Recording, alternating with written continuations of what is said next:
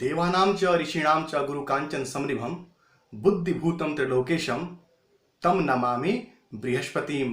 नमस्कार, मैं ज्योतिष शास्त्री रमेश चौबे उपस्थित हूँ आपके समक्ष।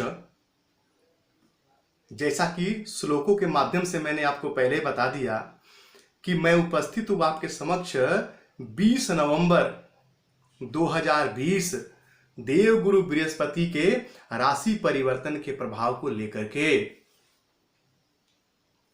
आज मैं आपको बताऊंगा कि देवगुरु बृहस्पति जो गुरुओं के गुरु, देवताओं के गुरु, परम ज्ञानी, परमार्जित ज्ञान के कारक, विवेक के कारक, बुद्धि के ज्ञान के कारक, शिक्षा के कारक, संतान के कारक, किसी स्त्री के कुंडली में उसके पति के कारक, धन के कारक, धन संचय कितना होगा, ये आप देवगुरु बृहस्पति से देख सकते हैं। तो इतने कारकत्व लेके बृहस्पति देव हमारे कुंडली में हमको फल प्रदान करते हैं। और जैसा मैं आपको बता दूं कि 20 नवंबर को देवगुरु बृहस्पति अपने मूल त्रिकोण राशि यानी कि धनु राशि को छोड़ करके और अपने नीच के राशि में यानी कि मकर राशि में प्रवेश कर जाएंगे, जहां पे शनि देव पहले से ही विराज्यमान है। जैसा कि मैंने आपको बताया कि मकर राशि देवगुरु बृहस्पति की नीच की राशि है, लेकिन शनि वहीं पर बैठने की वजह से उनका नीचत्व भंग हो जाएगा और बन जाएगा नीच भंग राज्य योग। तो देवगुरु बृहस्पति का प्रभाव सभी के लिए तो अच्छा नहीं है, लेकिन कुछ लोगों के लिए, कुछ राशि वालों के लिए अत्यंत ही श्रेष्ठ परिणाम देने वाले होंगे। यहाँ पे मेरा जो प्रेडिक्शन है वो चंद्र राशि के आधार पे आप देखें, चंद्रमा जिस राशि में बैठे हैं वही आपकी राशि है। तो अपने राशि के हिसाब से मेरे बताए हुए प्रेडिक्शन को आप देखें, क्योंकि मैं चंद्र राशि के हिसाब से ही आपको बताऊंगा।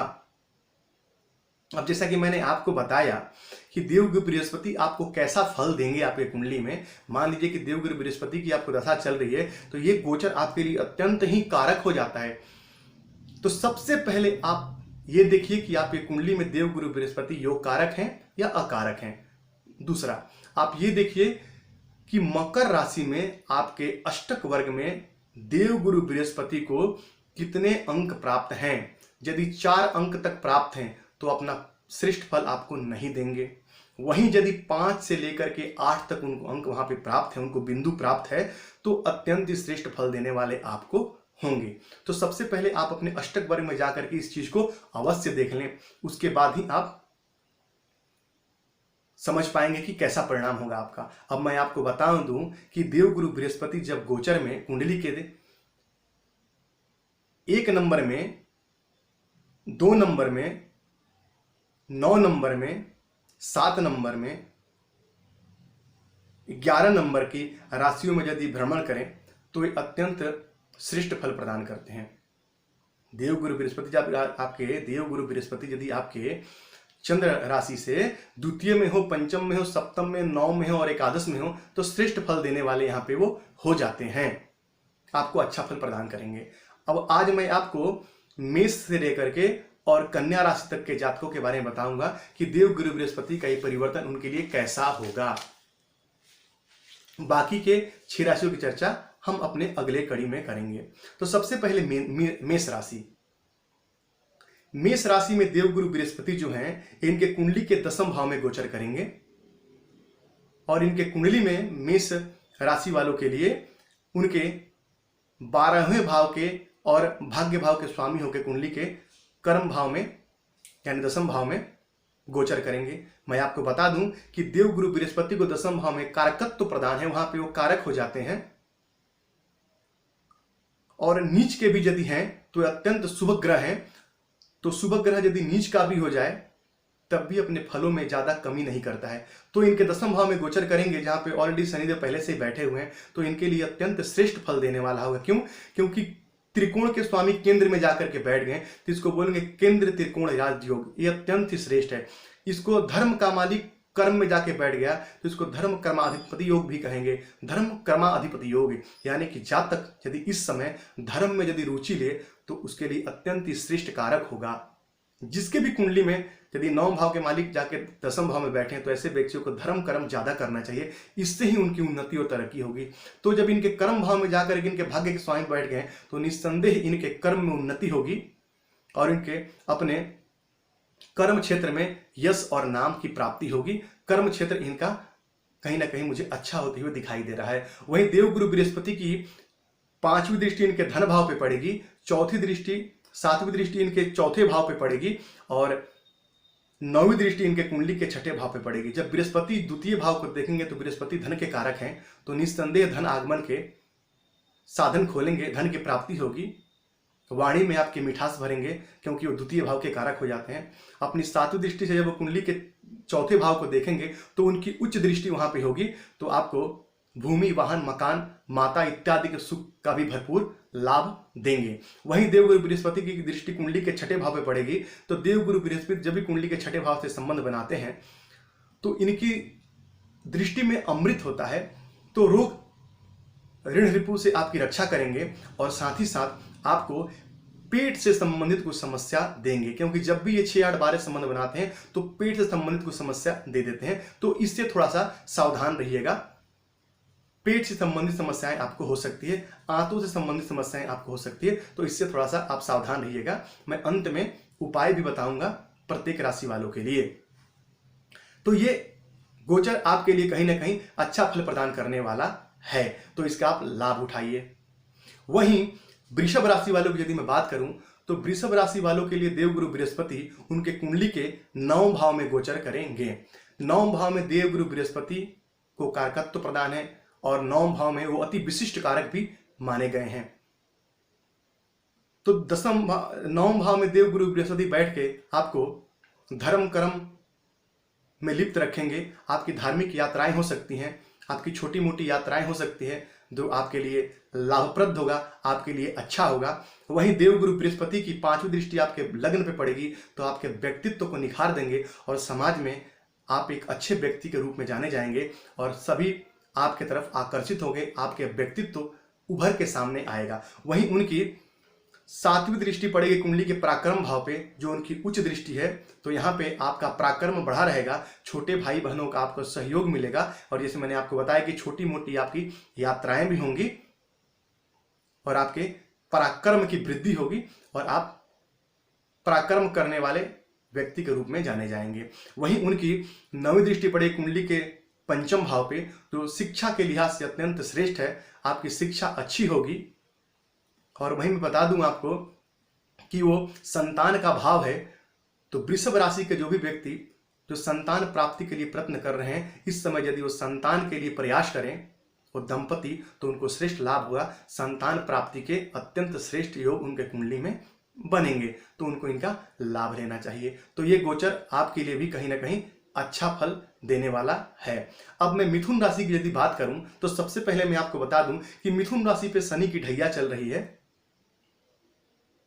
और शनि इनके कुंडली के 8म भाव में ही गोचर कर रहे हैं, जो यहाँ पे 8म और 9 भाव के स्वामी हो जाते हैं। अब वही देवगुरु बृहस्पति इनके कुंडली के 7म भाव के और कर्म भाव के स्वामी कुंडली के 8म भाव में आकर बैठे हैं, तो इस समय इनको छोटी मोटी शारीरिक कष्टों का सामना करना पड़ सकता है, स्वास्थ्य को लेकर परेशानी हो सकती है। लेकिन चूंकि 8म भाव जो है गूढ़ ज्ञान का है, तो ऐसे यदि व्यक्ति इस समय किसी विशेष रिसर्च करे या किसी गूढ़ विषयों का अध्ययन करना चाहे तो उसकी रुचि उसमें बढ़ेगी। और शनि अध्यात्म के कारक हैं और देवगुरु बृहस्पति धर्म के कारक, तो इस समय जातक का धर्म कर्म में रुझान बढ़ा रहेगा और धार्मिक क्रियाकलाप उसके बढ़े रहेंगे। और कोई व्यक्ति यदि इस समय गहन अध्ययन करना चाहता है, रिसर्च करना चाहता है, तो उसके लिए श्रेष्ठ कारक फल देने वाला होगा। वहीं देवगुरु बृहस्पति की 5वीं दृष्टि कुंडली के व्यय भाव पे पड़ेगी, तो विदेश जाने के योग आपके कुंडली में बनते हैं, क्योंकि 8म भाव में बृहस्पति बैठ के 12 भाव को देख रहे हैं। तो विदेश यात्रा यदि आप करना चाहते हैं तो ये आपके लिए श्रेयकर होगा। विदेश यात्रा की प्लानिंग आप कर सकते हैं, ये आपके लिए अच्छा होगा। वहीं देवगुरु बृहस्पति की 7वीं दृष्टि पड़ेगी कुंडली के 2य भाव पे, तो धन अर्जन आपका होगा, आपको पैतृक संपत्ति का लाभ कहीं ना कहीं मिलता हुआ मुझे दिखाई दे रहा है। आपकी वाणी में मधुरता आएगी, और आपको उसका श्रेष्ठ लाभ होगा, धन आएगा और धन रुकेगा भी, इस लिहाज से आपका ये ठीक है। वहीं कुंडली में आपके बृहस्पति की 9वीं दृष्टि आपके कुंडली के सुख भाव पे पड़ेगी, तो चौथे भाव पर जब बृहस्पति की दृष्टि पड़ेगी तो आपको माता इत्यादि का सुख प्राप्त होगा और चौथे भाव से संबंधित आपको लाभ प्राप्त होंगे, भूमि वाहन मकान इत्यादि का आपको सुख अर्जित होगा। तो ये आपके लिए बहुत अच्छा तो नहीं है, मिला जुला फल देने वाला है। कहीं ना कहीं स्वास्थ्य का विशेष ध्यान रखिएगा, स्वास्थ्य से संबंधित, पेट से संबंधित, मूत्र रोग इत्यादि का ध्यान रखिएगा, ये आपके लिए लाभकारी होगा। वही मैं बताऊंगा आपको कर्क लगन की यदि मैं बात करूं तो कर्क लगन के लिए देवगुरु बृहस्पति जो है इनके भाग्य भाव के स्वामी बनते हैं और इनके छठे भाव के स्वामी बन के और कुंडली के सप्तम भाव में गोचर करेंगे।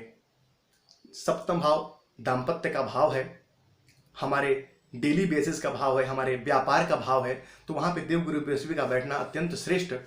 यदि अकेले बैठते हैं तो भाव का नाश करते हैं, लेकिन वहां पे शनिदेव के साथ बैठे हैं तो ये अत्यंत ही श्रेष्ठ फल देने वाले हो जाएंगे। दाम्पत्य का आपको सुख मिलेगा और आपके कार्य व्यवसाय में तरक्की होगी। यदि कोई व्यवसाय इत्यादि करना चाहते हैं तो भी आप कर सकते हैं, इस समय आपको लाभ होगा, क्योंकि ये सप्तम भाव में भी कहीं ना कहीं इनको कारकत्व प्रदान है।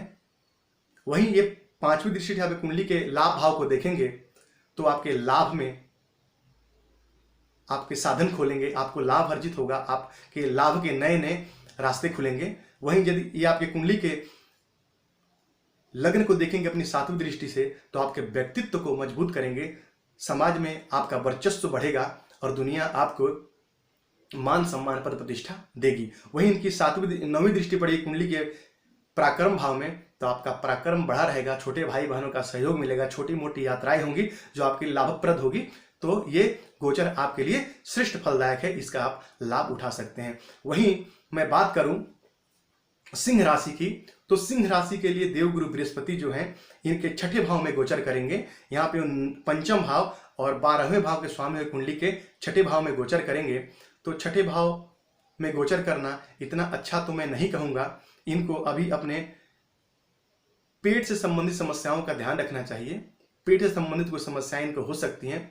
वहीं पे छठे भाव में चूंकि शनिदेव भी बैठे हैं तो शत्रुहंता योग बना के तो बैठे ही हैं, और बृहस्पति यहाँ बैठ के थोड़ा आपके स्वास्थ्य से संबंधित समस्या आपको दे सकते हैं। स्वास्थ्य का आप थोड़ा ध्यान रखिए, बाकी और चीजों के लिए लगभग आपको अच्छा ही फल देंगे। हाँ, पंचम पति हो कि कुंडली के छठे भाव में बैठे हैं तो वो महिलाएं जो संतान प्राप्ति के लिए या वो दंपति जो संतान प्राप्ति के लिए प्रयत्न कर रहे हैं उनको कहीं ना कहीं समस्या होगी और मिसकैरेज इत्यादि होने की संभावना यहाँ पे बन रही है। तो थोड़ा आपको इस मामले में थोड़ा आपका ध्यान रखना है।